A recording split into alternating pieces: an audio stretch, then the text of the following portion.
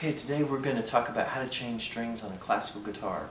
You need two things, a set of strings of course, and a string winder. The string winder saves a lot of time putting strings on and taking them off, because as you can tell you can wind really fast.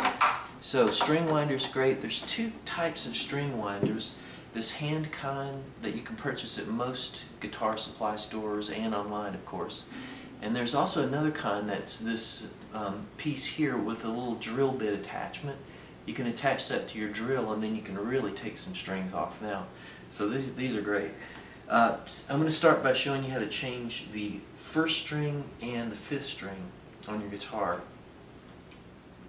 Okay, first of all, the first string is the most challenging string to change because you've got to tie it a couple of times. So first we go through the hole on this side, and what you want to do is leave about 4 or 5 inches of string here, and we want to loop around and create this loop, and you want to go through the loop, go back and go through the loop again, and then for the first string we're going to go through the loop a third time. And then what we want to do is with my left hand, I'm going to pull this string tight, like that.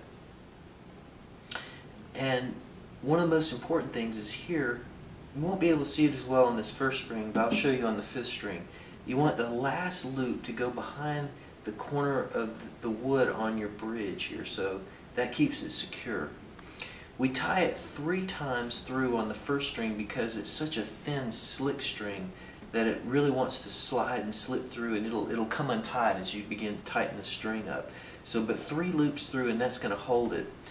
Also, as you notice, I'm leaving over 1 inch of extra string here, just in case it slips a little bit. It's not going to slip all the way through. I'd recommend playing for a few days with the string at that length, and then eventually cut it off so it's quite short. Just a little bit of string left. Reason for that is this extra string will buzz against the guitar as you play. It'll start to buzz and it becomes quite annoying, so you definitely want to cut that off. So now we've got our first string tied down here. We want to go down to the tuning peg and we're going to go through the hole and come around and go back through the hole a second time.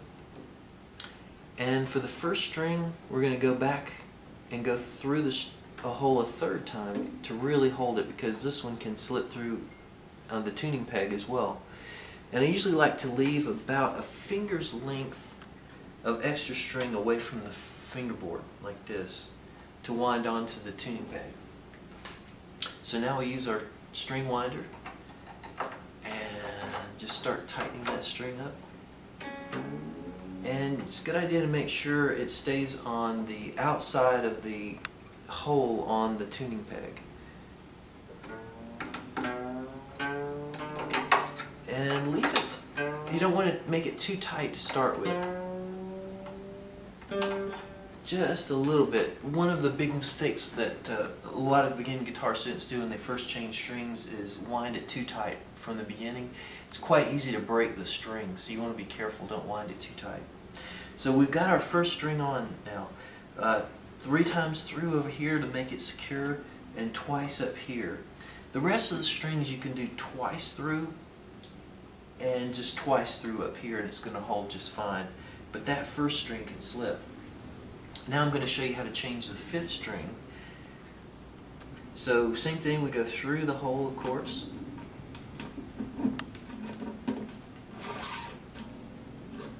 Leave about 4 or 5 inches of string, come around, go through the hole one time, and then go back, do a second time, and then with my left hand again I'm just going to pull it tight. Got a little extra there, let's see. Boom, like that. And this is much easier to see, but right here the last loop is going behind the corner of this wood on the bridge to hold it. And that's going to keep it secure. If it gets up past the corner of that wood, it could slip through. That string can slip through. And again, I've left over 1 inch of string here and play with it for a few days and then eventually cut that off. Same thing here, we go through the hole on the tuning peg once and come back around and go through twice, leaving a finger length away from the fretboard like that. String winder.